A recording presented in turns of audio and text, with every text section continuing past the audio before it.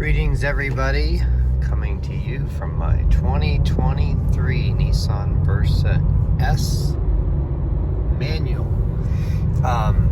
So today I believe marks 1 year of ownership for me with this car, which actually for me is pretty unusual because I almost never keep a car that long.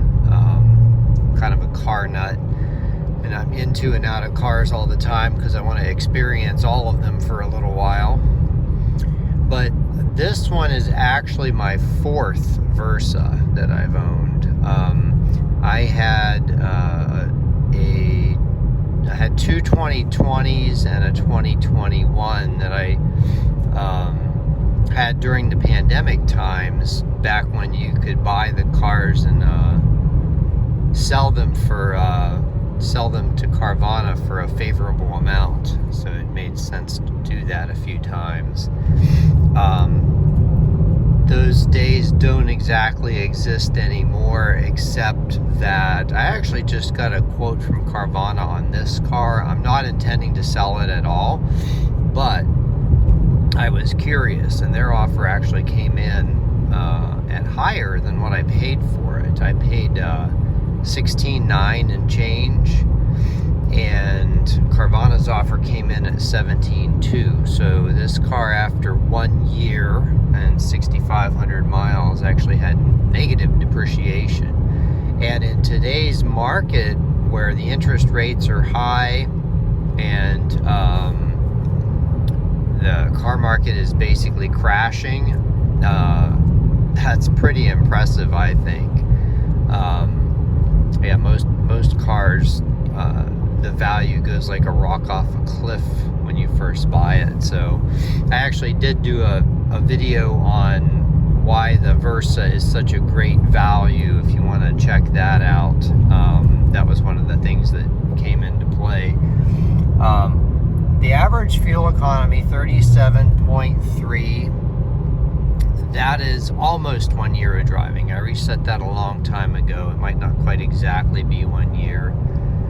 That includes a lot of highway driving and back roads driving. Now, one of the number one complaints I get on my videos is that people don't seem to like the way I keep this car in like third gear on roads like this, and you can see the RPMs are between 3,000 and 4,000 depending on the speed I'm going.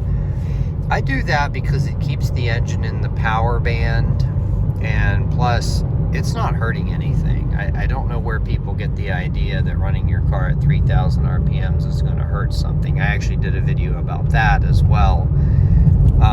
And if you don't like high RPMs, you will not like a Versa S manual, because at highway speeds and in fifth gear, which is the top gear, it does churn at about 4,000 RPMs. That's just the way this car is designed. I like it. I like the sound of the engine. I like having the car in the power band. So it works well for me. And I think the vast majority of people, it's not really going to be an issue for them. And it's certainly not a problem. Now, in terms of problems, what's gone wrong? Well, actually, nothing has gone wrong with this car in the year that I've had it. I have had a couple little minor things with my other Versas, but nothing very significant. But there is one inherent flaw in the 2022 to 2024 Versas, the manuals. If you stall it or don't hold the key on long enough to start it, the computer gets confused and it will cut power. I've been, I guess lobbying is the right word, Nissan to force Nissan to fix the issue, and it took almost a year of me doing that, and thanks to all of you who have filed complaints with Nissan, because as of last month they did open an investigation, To my knowledge, a fix has not been issued yet, but I have heard some reports of people buying cars built after March of 2020 or built March of 2024 and after, who do not have the issue. So I'm thinking somewhere around that time they fixed it at the factory. But as of yet, they have not issued a recall, and I do believe it should be a recall, not just a TSB, because it affects all of them. What ended up happening was they dropped the push to start for the 2022 model year, and you now just have a regular key you stick in the ignition. And when they did that, they didn't program it right, so it just doesn't understand when those two conditions happen.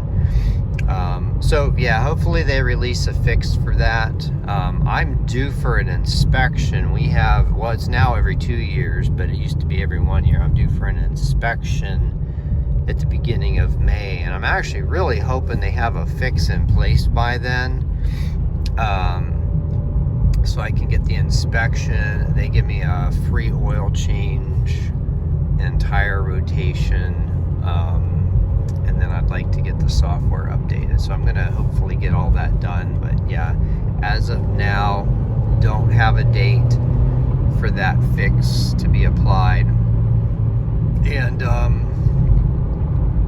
yeah, so just waiting for that.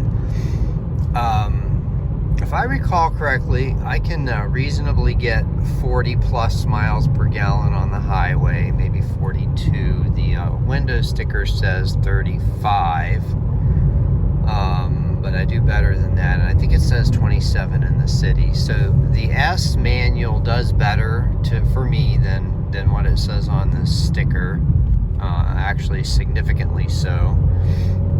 And but I did drive a CVT version as a rental car, and the difference is, like, this will be doing 4,000 RPMs on the highway, where the CVT will be doing 2,000 RPMs. I actually didn't hate it as much as I thought. It was a rental car. It had 50,000 miles on it, and it still worked fine. So maybe the CVTs have gotten better. I don't know. I personally wouldn't buy one. At least that's how I feel now. I love the manual. I love the way it feels.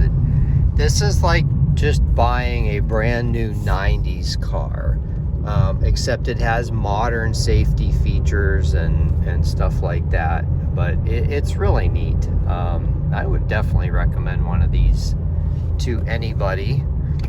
Gotta rest the phone here